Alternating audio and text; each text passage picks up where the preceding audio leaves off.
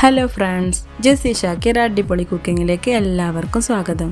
എല്ലാ കൂട്ടുകാർക്കും സുഖമാണെന്ന് വിശ്വസിക്കുന്നു. ഞങ്ങളെ കുഞ്ഞു ചാനൽ ആദ്യമായിട്ടാണ് കാണുന്നതെങ്കിൽ ഒന്ന് സബ്സ്ക്രൈബ് ലൈക്കൊക്കെ ചെയ്തൊന്ന് സപ്പോർട്ട് ചെയ്യണേ. ഇന്ന് ഞാനിവിടെ ഉണ്ടാക്കാൻ പോകുന്നത് ബീഫ് അച്ചാറാണ്. അച്ചാറും പൊടി ഇല്ലാതെയാണ് ഞാൻ ബീഫ് അച്ചാർ ഉണ്ടാക്കാൻ പോകുന്നത്. ചോറിൻ്റെ കൂടെ കഴിക്കാൻ നമുക്ക് ഈ ഒരൊറ്റ അച്ചാർ മതി, വേറെ ഒരു കൂട്ടാനും വേണമെന്നില്ല. അത്രയ്ക്ക് ടേസ്റ്റാണ് നമ്മളെ ഈ അച്ചാർ. അപ്പോൾ നമുക്ക് ഈ അച്ചാർ എങ്ങനെ ഉണ്ടാക്കുന്നത് നോക്കാം. ആദ്യം തന്നെ നമുക്ക് അതിലേക്കുള്ള ബീഫ് വേവിച്ചെടുക്കാം. 1/2 കിലോ ബീഫ്, 1/2 ടീസ്പൂൺ മഞ്ഞൾപ്പൊടി,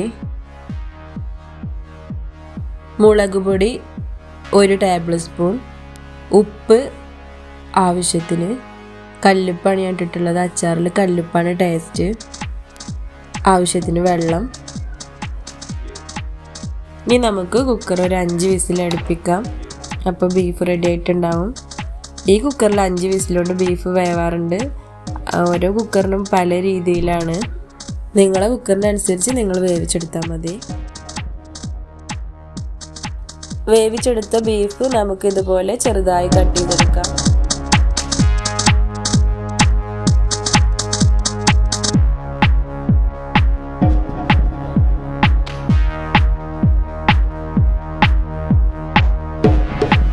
ഇനി നമുക്ക് അച്ചാർ റെഡിയാക്കി എടുക്കാം.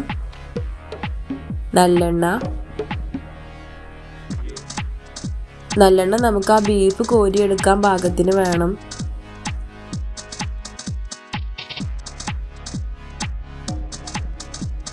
നമ്മൾ തയ്യാറാക്കി വെച്ച ബീഫാണിത്. ചൂടായ എണ്ണയിലേക്ക് നമുക്ക് ആ ബീഫ് ഇട്ട് കൊടുക്കാം. വെന്ത് വന്നതായതുകൊണ്ട് നമ്മൾ ഒന്നും ഇങ്ങോട്ട് ഫ്രൈ ചെയ്തെടുക്കാനേ ഉള്ളൂ.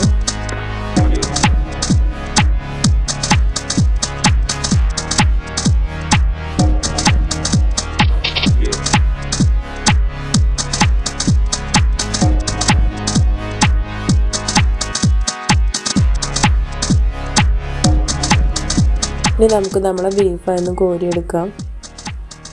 പാത്രത്തിലോട്ട് മാറ്റി വെക്കാം. ആ എണ്ണയിൽ തന്നെയാണ് നമ്മൾ ഈ അച്ചാർ റെഡിയാക്കാൻ പോണത്. അതിലേക്ക് 1/2 ടീസ്പൂൺ ഉലുവ, കടുക് 1/2 ടീസ്പൂൺ, പച്ചമുളക്, ഇഞ്ചി, വെളുത്തുള്ളി, ഉണക്കമുളക്, കറിവേപ്പില.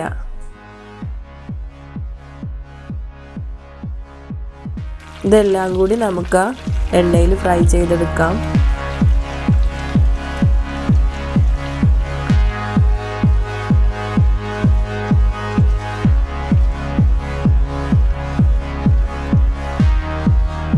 നന്നായി മിക്സ് ചെയ്തെടുക്കാം.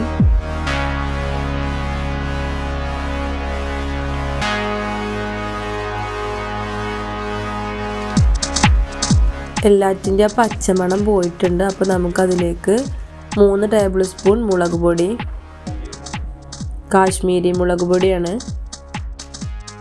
1/2 ടീസ്പൂൺ കായം വെള്ളത്തിൽ കലക്കി ഒഴിക്കുകയാണ് ഞാൻ ചെയ്തിട്ടുള്ളത്. തയ്യാറാക്കി വെച്ച ബീഫ്,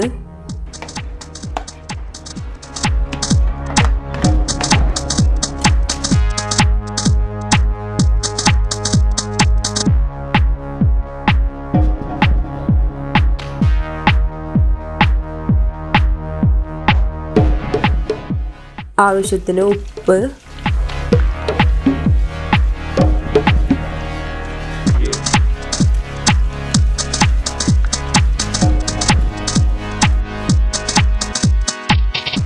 വിനാഗിരി 1/2 ഗ്ലാസ്, നന്നായി തിളപ്പിച്ചെടുക്കാം. അപ്പോൾ നമ്മളെ ബീഫ് അച്ചാർ റെഡി ആയിട്ടുണ്ട്. നിങ്ങൾ കണ്ടില്ലേ, കാണാൻ അതുപോലെ തന്നെയാണ്, കഴിക്കാനും നല്ല ടേസ്റ്റാണ്. എല്ലാവരും ട്രൈ ചെയ്ത് നോക്കണം. തീർച്ചയായിട്ടും എല്ലാവർക്കും ഇഷ്ടപ്പെടും.